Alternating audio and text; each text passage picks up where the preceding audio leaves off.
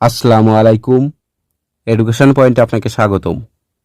Education পয়েন্টের আজকের আয়োজনে থাকবে বিখ্যাত কবি ও বাংলা সাহিত্যের অন্যতম লেখক মাইকেল মধুসূদন দত্ত। মাইকেল মধুসূদন দত্ত সম্পর্কিত চাকরির পরীক্ষায় বারবার আসা গুরুত্বপূর্ণ প্রশ্ন সমাধান। মাইকেল মধুসূদন দত্ত, যিনি জন্মগ্রহণ করেছেন যশোর জেলার কেশবপুর উপজেলার সাগরদাড়ি গ্রামে, কপোতাক্ষ নদীর তীরে জন্মগ্রহণ করে।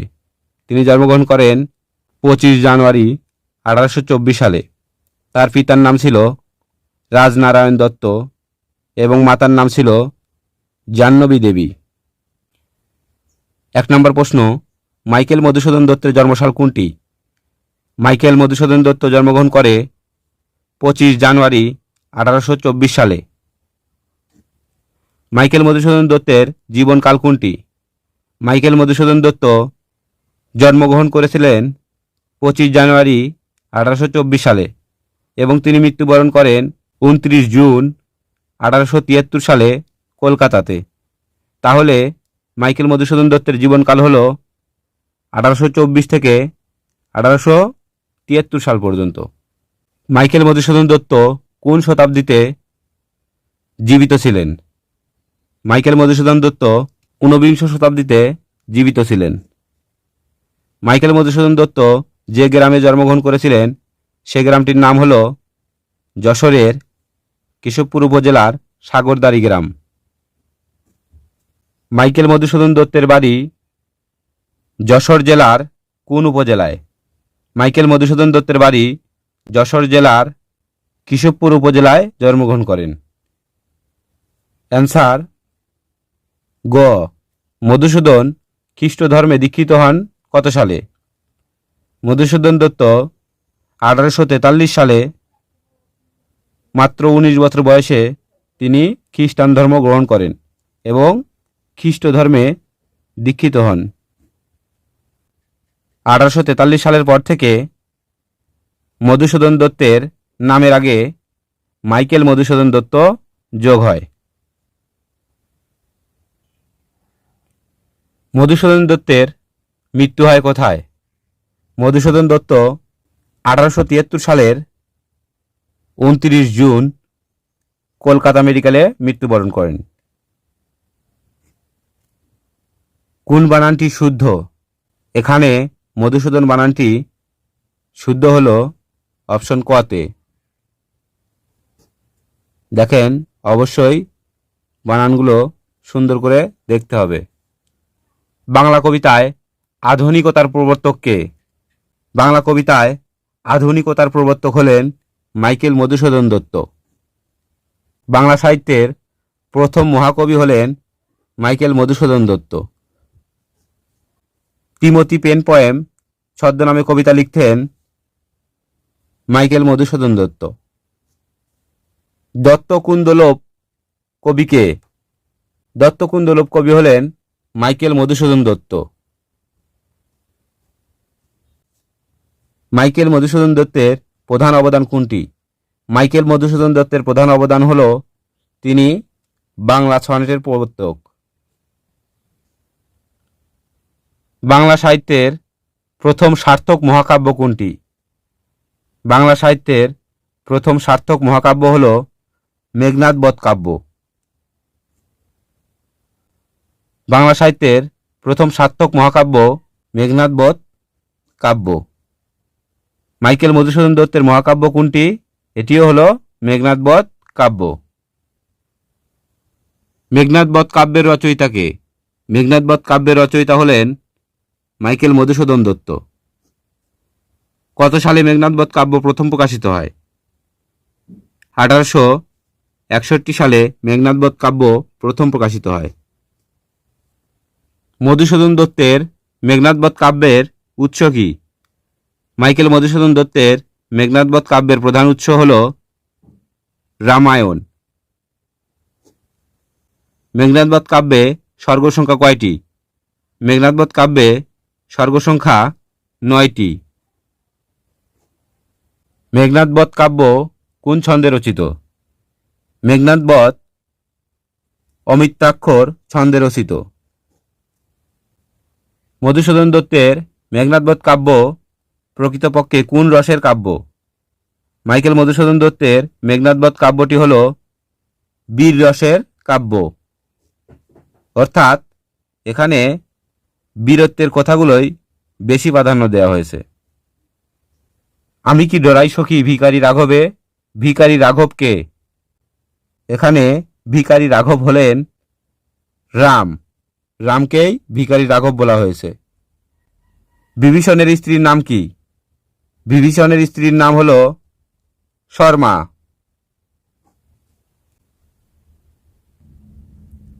হেক্টর বধ কোন উপাখ্যান অবলম্বনে রচিত? হেক্টর বধ হোমারের ইলিয়াড উপাখ্যানে রচিত। দি ক্যাপটিভ লেডি কাব্যটি লিখেছেন মাইকেল মধুসূদন দত্ত। অমিত্রাক্ষর ছন্দে রচিত মাইকেল মধুসূদন দত্তের প্রথম কাব্য কোনটি? অমিত্রাক্ষর ছন্দে রচিত মাইকেল মধুসূদন দত্তের প্রথম কাব্য হল তিলোত্তমা সম্ভব কাব্য। অ্যান্সার গ।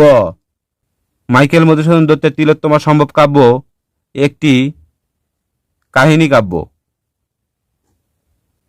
কোনটি মাইকেল মধুসূদন দত্তের পত্রকাব্য? মাইকেল মধুসূদন দত্তের পত্রকাব্য হল বীরঙ্গনা। এ কাব্যটি 1861 সালে 11টি পত্র নিয়ে রচিত হয়। মাইকেল মধুসূদন দত্তের বীরঙ্গনা কোন ধরনের কাব্য? মাইকেল মধুসূদন দত্তের বীরঙ্গনা হল একটি পত্রকাব্য, যেখানে 11টি পত্র রয়েছিল। বীরঙ্গনা কাব্যে পত্র সংখ্যা কত? বীরঙ্গনা কাব্যে পত্র সংখ্যা 11টি। রাধাকৃষ্ণ বিষয়ক রচনা কোনটি? রাধাকৃষ্ণ বিষয়ক রচনা হল ব্রজাঙ্গনা।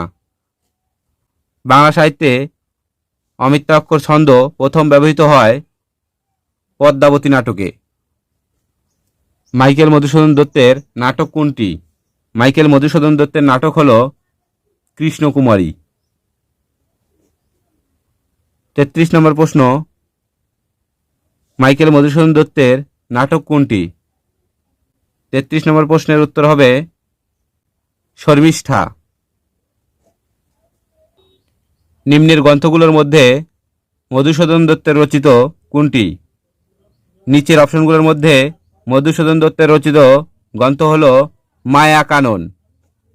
বুড়ো শালিকের ঘাড়েরও কোন জাতীয় শিল্পকর্ম? বুড়ো শালিকের ঘাড়েরও এটি একটি মাইকেল মধুসূদন দত্তের প্রহসন। একেই কি বলে সভ্যতা এর রচয়িতাকে? একেই কি বলে সভ্যতা এটি রচয়িতা হলেন মাইকেল মধুসূদন দত্ত। একেই কি বলে সভ্যতা মধুসূদন দত্তের কি জাতীয় রচনা? একেই কি বলে সভ্যতা এটি মাইকেল মধুসূদন দত্তের একটি প্রহসন। চতুর্দশপদী কবিতাবলী কার রচনা? চতুর্দশপদী কবিতাবলী এটি রচনা করেছেন মাইকেল মধুসূদন দত্ত, যেটিকে আমরা সনেট বলে থাকি। মাইকেল মধুসূদন দত্তের রচনা নয় কোনটি? মাইকেল মধুসূদন দত্তের রচনা নয় বেতাল পঞ্চবিংশতি, যেটি লিখেছেন ঈশ্বরচন্দ্র বিদ্যাসাগর। অলিক কুণাট্ঠ রঙ্গে মজে লোকের আটে ও বঙ্গে, এটি কার উক্তি? অলিক কুণাট্ঠ রঙ্গে মজে লোকের আটে ও বঙ্গে, এটি বলেছেন মাইকেল মধুসূদন দত্ত।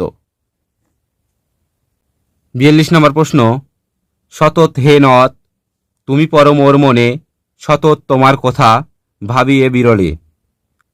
চরণ দুটির কবি কে? চরণ দুটির কবি হলেন মাইকেল মধুসূদন দত্ত। জন্মিলে মরিতে হবে, অমর কে কোথা কবে, চিরস্থির কবে নীর, হায়রে জীবন নদে, কোন কবির উক্তি? এ উক্তিটি করেছেন মাইকেল মধুসূদন দত্ত। কপোতক্ষ নদ কোন জাতীয় কবিতা? কপোতক্ষ নদ এটি ছিল সনের জাতীয় কবিতা।